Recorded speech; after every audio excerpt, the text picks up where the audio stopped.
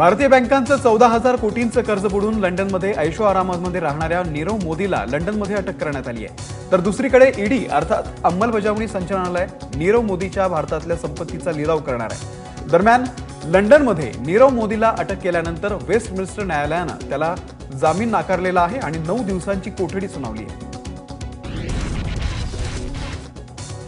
PNB मध्ये 14,000 कोटी रुपयांचा घोटाळा करणाऱ्या नीरव मोदीच्या 173 महागड्या पेंटिंग्स आणि 11 लक्झरी कार्स विकण्याचा कोर्टानं मंजुरी दिलेली आहे। लिलावाच्या माध्यमातून ही संपत्ती विकली जाणार आहे। देशभर गाजलेल्या समझौता बॉम्बस्फोट प्रकरणातील एनआयए न्यायालयानं मुख्य आरोपी असीमानंद याच्या विरोधात 4ही आरोपींची निर्दोष मुक्तता केली आहे। 2007 मध्ये झालेल्या बॉम्बस्फोटामध्ये 70 जणांचा मृत्यू झाला होता। दरम्यान न्यायालयानं 4ही आरोपींना दिलासा देत त्यांची सुटका केली आहे। लोकेश शर्मा, कमल चौहान आणि राजेंद्र चौधरी यांनाही न्यायालयानं निर्दोष सोडलंय।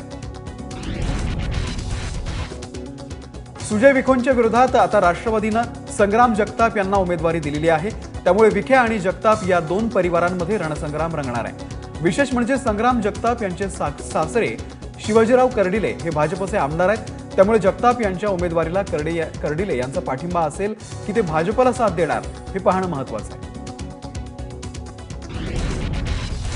चर्चा करण्यापूर्वी देखील खऱ्या अर्थानं या मतदारसंघामध्ये आपला एक हक्काचा माणूस हे देखील खऱ्या अर्थानं असणं गरजेचं आहे। त्याच्यामुळं कुणीतरी कुठून तरी येणार, प्रत्येकाला राजकारणामध्ये आपल्याला कुठेतरी काहीतरी एक अस्तित्व निर्माण करण्याकरता या ठिकाणी, पण तशा प्रकारची परिस्थिती न करता त्या भागामध्ये कोण आपल्याला खऱ्या अर्थानं ह्या प्रश्नांना आपण जागा राहू शकतो, सामोरं जाऊ शकतो आणि त्या माध्यमातून कोण सातत्याने उपलब्ध राहू शकतो हा देखील प्रश्न तितकाच महत्त्वाचा आहे। आणि त्याच्यामुळे राष्ट्रवादी काँग्रेस पक्षाने एक चांगल्या प्रकारे माझ्यावर जबाबदारी दिली आणि त्याला आम्ही चांगल्या रीतीनं आपल्याला सामोरं जाऊ आणि विजय प्राप्त करून देऊ। राष्ट्रवादीकडून उमेदवारी मिळावी म्हणून धवलसिंह मोहिते पाटलांनी शरद पवारांची भेट घेतल्याचं कळतंय। धवलसिंह मोहिते पाटील यांनी शरद पवारांच्या मुंबईमधल्या निवासस्थानी जाऊन तासभर चर्चा केली। जर राष्ट्रवादीनं धवलसिंह यांना उमेदवारी दिली तर माढ्यामध्ये मोहिते विरुद्ध मोहिते असा सामना रंगणार आहे। धुळ्याचे भाजपचे आमदार अनिल गोटे शरद पवारांच्या भेटीला गेल्यानं एकच खळबळ माजलेली होती। मुंबईमधल्या पवारांच्या घरी काल अनिल गोटे पवारांना भेटले आहेत। तेलगी प्रकरणानंतरचं वैर विसरून गोटे पवारांना भेटल्यानं सर्वांच्या भुवया उंचावलेल्या आहेत। धुळे महानगरपालिकेच्या निवडणुकीनंतर अनिल गोटे भाजपवरती नाराज आहेत। त्यामध्ये धुळ्याचे सध्याचे भाजपचे खासदार सुभाष भामरे आणि अनिल गोटे यांच्यातले मतभेद देखील जगजाहीर आहेत। नेमकं कारण असं आहे की राजकारणामध्ये कायमचे शत्रू आणि कायमचे मित्र हे कधीही ठरलेले नसतात। काय त्यांचं माझं जे काय वैरत्व होतं ते छगनभूमीच्या अटकेनंतर खरं संपलं होतं, तुम्हालाही माहिती आहे सगळ्यांना। आज मी भेट घेतली त्यांची यासाठी की मी धुळे लोकसभा मतदारसंघामधलं डॉक्टर सुभाष भामरे यांचा पराभव करणं हे माझं उद्दिष्ट आहे आणि माझ्याच पक्षाचं चालत असेल तर मला पक्ष हा स्वच्छ केलाच पाहिजे काय, आणि मग त्यासाठी ज्या ज्यांची मदत घ्यायची असेल त्यांची सगळ्यांची। अनिल गोटेंना माझ्या मी शुभेच्छा दिलेल्या आहेत। त्यांना मी महापालिकेच्या वेळेला शुभेच्छा दिल्या, त्यांनी सांगितलं तर एखादा आणून दाखवा निवडून, पण त्यांनी पराक्रम केला, एक जण त्यांचा निवडून आणला। आता मी पुन्हा सांगेल त्यांना की त्यांनी डिपॉझिट वाचून दाखवावं। शुभेच्छा त्यांना आमच्या। शिवसेना आमदार बाळू धानोरकर यांनी विधानसभा अध्यक्षांकडे आमदारकीचा राजीनामा दिलाय। जिल्ह्यामध्ये भाजपच्या खासदारांकडून त्रास झालाय आणि त्यामुळे त्यांच्या विरोधात लोकसभा निवडणूक लढणार असल्यानं हा निर्णय घेतला असल्याचं ते एबीपी माझाशी बोलताना म्हणाले। लोकसभा निवडणुकीच्या तोंडावरती आता शिवसेनेनं उत्तर भारतीय कार्ड खेळलेलं आहे। होळीच्या निमित्तानं सेनेकडून मीरा रोडमध्ये होली मिलन कार्यक्रमाचं आयोजन करण्यात आलंय। या कार्यक्रमाला युवा सेनेचे अध्यक्ष आदित्य ठाकरे यांनी हजेरी लावलेली आहे। अयोध्येच्या मुद्द्यावरती उत्तर भारतीयांची मनं जिंकण्याचा शिवसेनेनं प्रयत्न केलाय। आता होळीच्या निमित्तानं पुन्हा एकदा उत्तर भारतीयांना चुचकारण्याचा ते प्रयत्न करतील।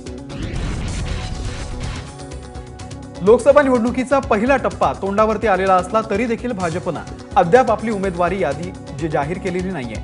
मात्र यादी जाहीर करण्यासाठी भाजप शुभमुहूर्ताची वाट पाहतोय का असाही प्रश्न पडू लागलाय। कारण 14 मार्च पासून पंचांगानुसार सुरू झालेला होलाष्टक आज संपलेला आहे आणि या काळामध्ये कुठलंही शुभ कार्य करणं वर्ज्य मानलं जातं। त्यामुळे भाजपच्या उमेदवारांची नावं उद्या जाहीर होण्याची शक्यता राजकीय वर्तुळामध्ये रंगताना दिसतेय। प्रियंका गांधी यांनी लाल बहादूर शास्त्री यांच्या पुतळ्याला माळ घातल्यानं वाद उभा राहिलेला आहे।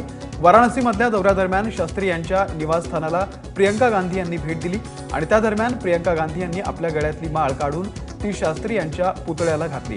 महत्त्वाचं म्हणजे प्रियंका गांधी तिथून निघाल्यानंतर भाजप कार्यकर्त्यांनी गंगाजलाद्वारे शास्त्री यांचा पुतळा धुतला।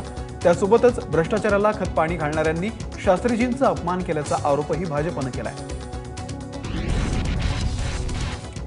पंतप्रधान नरेंद्र मोदी यांनी मैं भी चौकीदार या मोहिमेअंतर्गत देशभरातील 25 लाख चौकीदारांशी ऑडिओद्वारे संवाद साधला। होळीच्या शुभेच्छा देत त्यांनी चौकीदारांना चोर म्हटलं जात असल्यामुळे त्यांची माफी मागितली। पुलवामा हल्ला विसरण्यासारखा नाही आणि त्याचबरोबर बालाकोटवरती प्रश्न निर्माण करणं चुकीचं असल्याचं देखील या ठिकाणी नरेंद्र मोदी यांनी म्हटलंय। काँग्रेसचे अध्यक्ष राहुल गांधी यांनी पंतप्रधान नरेंद्र मोदी यांची पदवी आणि नोटबंदीच्या निर्णयावरती प्रश्न उपस्थित केलाय। ते इम्फाळ येथे विद्यार्थ्यांशी बोलत होते। पंतप्रधानांनी आरबीआयच्या सल्ल्याकडे दुर्लक्ष करून मनमानी पद्धतीनं नोटबंदीचा निर्णय लागू केल्याचा देखील त्यांनी आरोप केला। यावेळी राहुल गांधी यांनी पीएमओला पंतप्रधान कार्यालयाच्या ऐवजी पब्लिसिटी मिनिस्टर ऑफिस असं म्हटलंय। पिंपरी चिंचवडमध्ये होळीच्या निमित्तानं पार्थ आणि रोहित पवार यांनी एकत्र येत त्यांच्याबद्दलच्या वायफळ चर्चांचं दहन केलं। संत तुकाराम नगर येथे पार्थ आणि रोहित यांनी होळीचं पूजन केलं। त्यामुळे आता आजोबा आणि बाबांनंतर पार्थसाठी भाऊ देखील मैदानात उतरलाय। औरंगाबाद येथील शेतकऱ्यांनी होळी निमित्तानं सरकारच्या विरोधात अनोखं आंदोलन केलंय। ते औरंगाबादमधल्या दुष्काळग्रस्त शेतकऱ्यांनी भेट मोसंबीच्या बागांची देखील होळी केली आणि सरकारच्या नावं बोंबा ठोकल्या। या आंदोलनानंतर तरी सरकार आपल्या शेतकऱ्यांकडे लक्ष देईल अशी अपेक्षा शेतकऱ्यांनी व्यक्त केली आहे। नागपूर जिल्ह्याला दुपारनंतर आलेल्या अवकाळी पाऊस आणि गारपिटीचा मोठा फटका बसलाय। मौदा, सावनेर, रामटेक, काटोल आणि पारशिवनी या तालुक्यामधील गावांमध्ये जोरदार वाऱ्यासह पावसानं हजेरी लावली। यावेळी काही ठिकाणी गारपीट देखील झाली। छत्तीसगडमधील एका चारचाकी वाहनामध्ये आयईडी स्फोट होऊन 9 नागरिक जखमी झालेले आहेत तर एक गंभीर असल्याची माहिती आहे। छत्तीसगडच्या बिजापूर जिल्ह्यामधील पेड्डाकोडपल या गावामध्ये काल संध्याकाळी 7:45च्या सुमारास ही घटना घडली आहे। नॅशनल कॉन्फरन्स आणि काँग्रेसनं लोकसभेसाठी जम्मू आणि काश्मीरमध्ये आघाडी केलेली आहे। यामध्ये श्रीनगरमधून काँग्रेसचे फारुख अब्दुल्लांच्या विरोधात उमेदवार देणार नाहीयेत तर कॉन्फरन्सकडून देखील उधमपूर आणि जम्मूची जागा काँग्रेसला सोडण्यात आली आहे। जम्मू आणि काश्मीरमध्ये लोकसभेच्या 6 जागा आहेत। राहुल गांधींचं संरक्षण करण्यासाठी चौकीदाराची आवश्यकता असल्याची मिश्किल टीका आरपीआयचे नेते रामदास आठवले यांनी केली आहे। ते महाड येथील चौदार तळ्याच्या 92व्या वर्धापन दिनाच्या निमित्तानं आयोजित केलेल्या कार्यक्रमात बोलत होते। यावेळी त्यांनी शरद पवार आणि राज ठाकरे यांच्या भेटीचा काही फरक पडणार नसल्याचं देखील म्हटलंय। तलवारीसह स्वतःचा व्हिडिओ तयार करून सोशल मीडियावरती व्हायरल करणं सागर पाटील या तरुणाला चांगलीच महागत पडलं। पोलिसांनी त्याच्या विरोधात बेकायदा शस्त्र बाळगल्याप्रकरणी गुन्हा दाखल केलाय।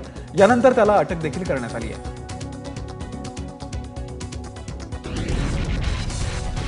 स्विगी, झोमॅटो आणि उबर इट्स या कंपन्यांवरती नाशिकमध्ये बंदी येण्याची शक्यता आहे कारण अन्न आणि औषध प्रशासनानं त्यांना नोटीस बजावली असून 7 दिवसांचा अवधी देण्यात आलाय। या कायद्याची अंमलबजावणी न केल्यास अन्न सुरक्षा कायद्याअंतर्गत त्यांच्यावरती कारवाई केली जाणार आहे। विश्वचषकाच्या पूर्वी ऑस्ट्रेलिया विरुद्धच्या मालिकेतला पराभव हा टीम इंडियासाठी धोक्याचा इशारा असल्याचं सूचक वक्तव्य भारताचा माजी कर्णधार राहुल द्रविडनं केलंय। या मालिकेमध्ये आघाडी घेऊन देखील टीम इंडियाला ऑस्ट्रेलियाकडून 2-3 असा पराभव स्वीकारावा लागला होता। इंग्लंडमधल्या विश्वचषकापूर्वी टीम इंडियाची ही अखेरची मालिका होती। त्याआधी टीम इंडियाचा यंदाचा विश्वचषक सहज जिंकेल अशी भावना निर्माण झाली होती। एशियाड सुवर्ण विजेता बॉक्सर अमित पांघाल आणि शिवा थापाची एशियन चॅम्पियनशिपसाठी 10 सदस्यीय भारतीय संघामध्ये निवड झाली आहे। बँकॉकमध्ये 19 ते 28 एप्रिलच्या दरम्यान या स्पर्धेचं आयोजन करण्यात आलंय।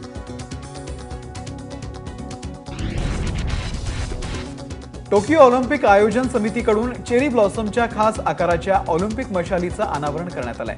या मशालीचा अग्रभाग हा चेरी ब्लॉसमच्या आकाराचा असून त्यासाठी एका विशेष तंत्रज्ञानाचा देखील वापर करण्यात आलेला आहे।